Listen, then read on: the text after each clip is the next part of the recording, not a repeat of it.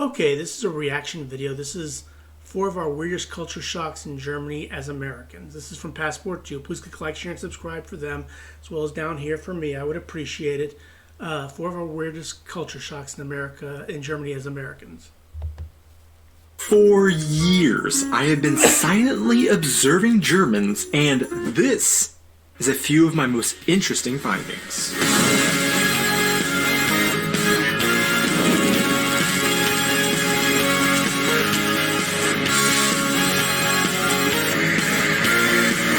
Hey guys, and welcome back to our channel. I am Donnie, and along with my wife Aubrey, we are 2 Americans currently living in Germany and sharing all of our experiences living and traveling throughout Europe. When we first started making videos, we would sometimes end up saying some things that we had no rationale behind, random facts others had told us, or had no statistics to back our claims up. And those things ended up haunting us for years after we published them on the internet. Speaking of showers, a lot of Europeans do not take showers, they just take baths.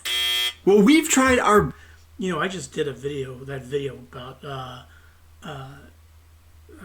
German, difference between American and German houses. Well, there you go. She said most Germans take baths. Well, apparently they take showers. Best to learn from this, and therefore now we like to do tons of research to find data that supports what we talk about in our videos and find reasons behind what we observe. But today's themes, we haven't done that. And that is because these are general random observations of things Germans do that have been reoccurring themes in the nearly 3 years of living in Germany that may not have any real explanations and may just be random things that we, as 2 random Americans from Oklahoma, have found surprising. And that is exactly what we're going to talk about today in our video. 4 observations of the German populations.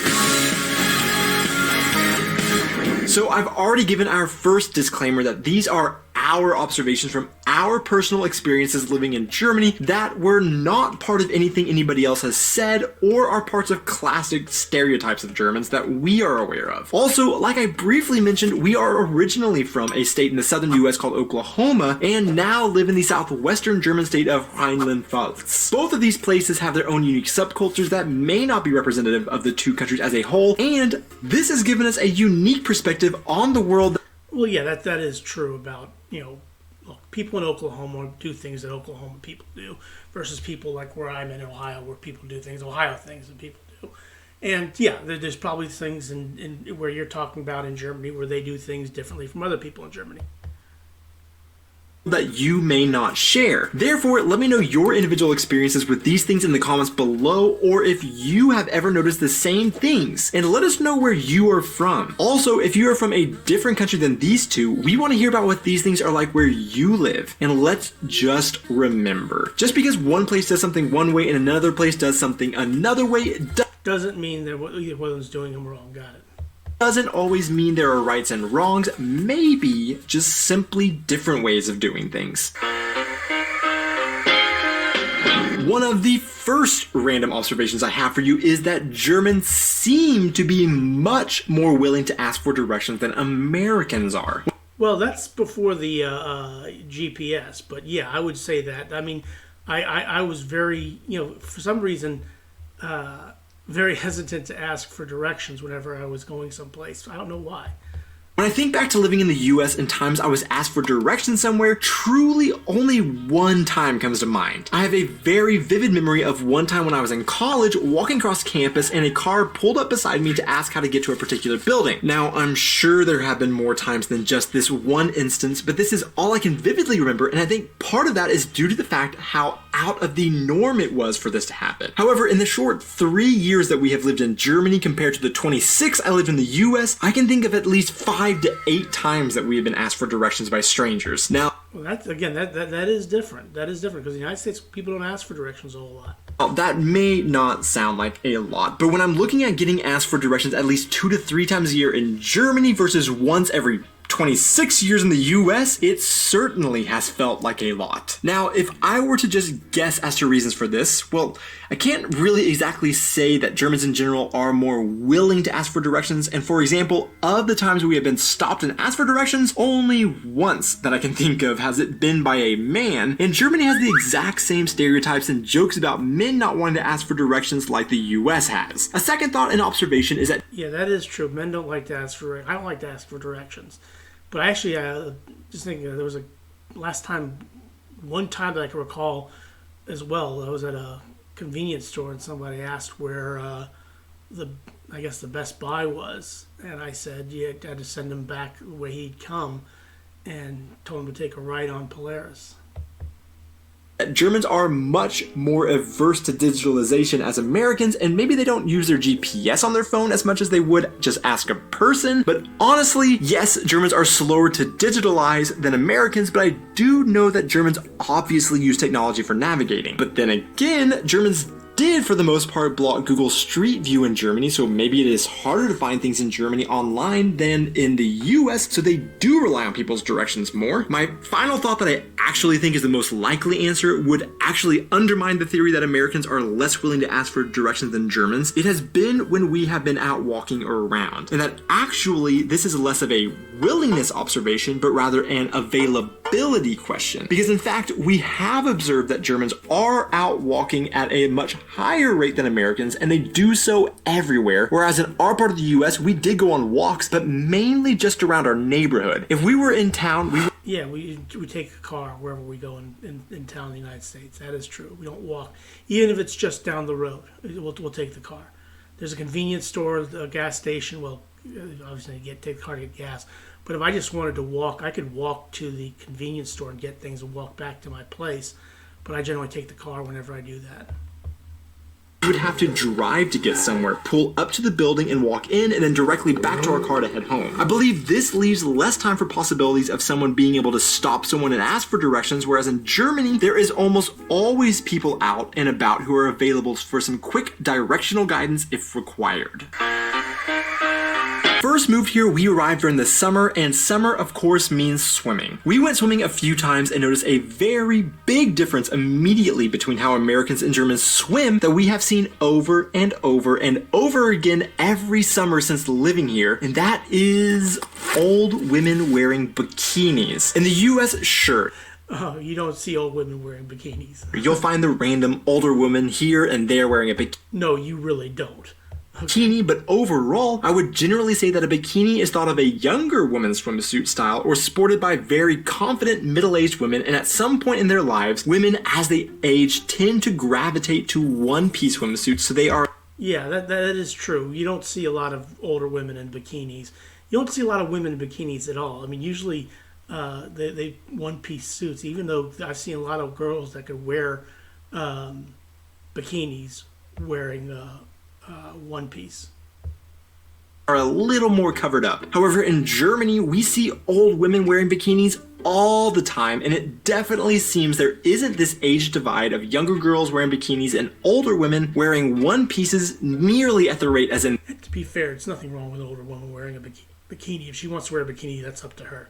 The US. Now, I feel I would be wise as a man to say that I'm not going to get myself in trouble by advocating either way, so I am not going there. But I will say that Aubrey and I have definitely observed how much more confident people are in their own skin in Germany versus in the US, where it seems a lot more people have body image issues. We believe that older women in Germany wearing bikinis seems to be one indicator of that, and having more positive self-image is absolutely a great thing. However, this is an extremely deep topic that I am not going to get into beyond... Smart. Just say what you want and then get the hell out of it.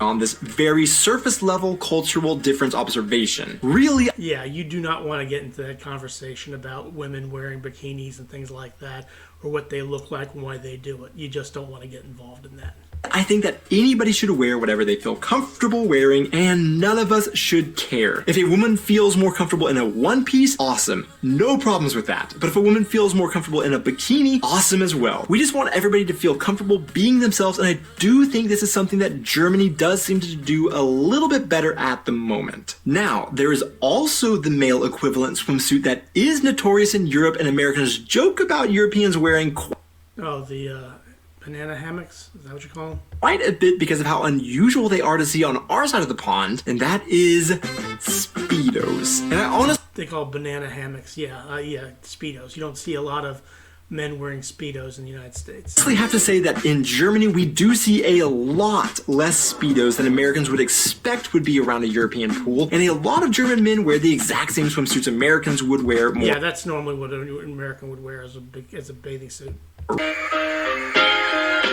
Okay, let's go into sports. Kind of. But I don't even want to mention the word football and soccer because we've had this heated debate about the name in the comments on too many videos before, but they do play a key role in another one of my observations of Germans, and that is they kind of suck at throwing things. Now, before any Well, they probably do because of the sports they play. I mean, but look, football in Germany, I call it football, not soccer, but it is. They're better with their feet than they are with their hands. Anybody gets upset at me for condemning their arm flinging skills, on the flip side of that, Americans kind of suck at kicking things, and I think Yes, we do. We do. There's a reason we use hands in our sports. We were better at throwing things in the United States. American football, baseball, basketball, things like that. That's a reason. I figured out why. When I was in college, I did a study abroad program where I lived with a German family in Bonn, Germany. I remember one sunny day, me and a few other students were laying out on the Hofgarten in front of the Kurfürstliches Schloss when a group of German university students were hanging out and brought an American football along with them. The other Americans and I sat watching them for a minute while the German guys tried to hopelessly throw the football around without much success. So we hopped up and went over to teach them how to throw the awkwardly shaped ball, as we were all obviously much more well versed in how to do so based on exposure to the sport growing up. This was my first of many experiences of seeing Germans try and throw objects, and it just has never quite looked right. Now, I'll give you this. That is an extremely awkward ball to throw, and if you don't grow up learning how to do it, it really is hard to figure out how to properly. That is true. That is completely true about throwing a ball. I mean, you grow up playing it, and I grew up playing football or soccer, so I'm better with my feet than I am with my hands. But yeah, I understand that.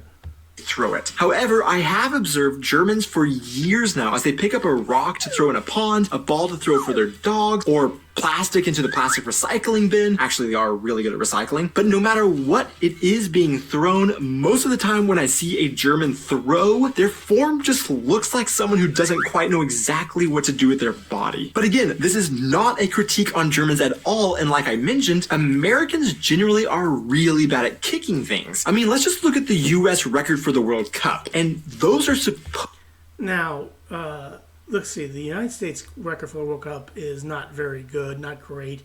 Look,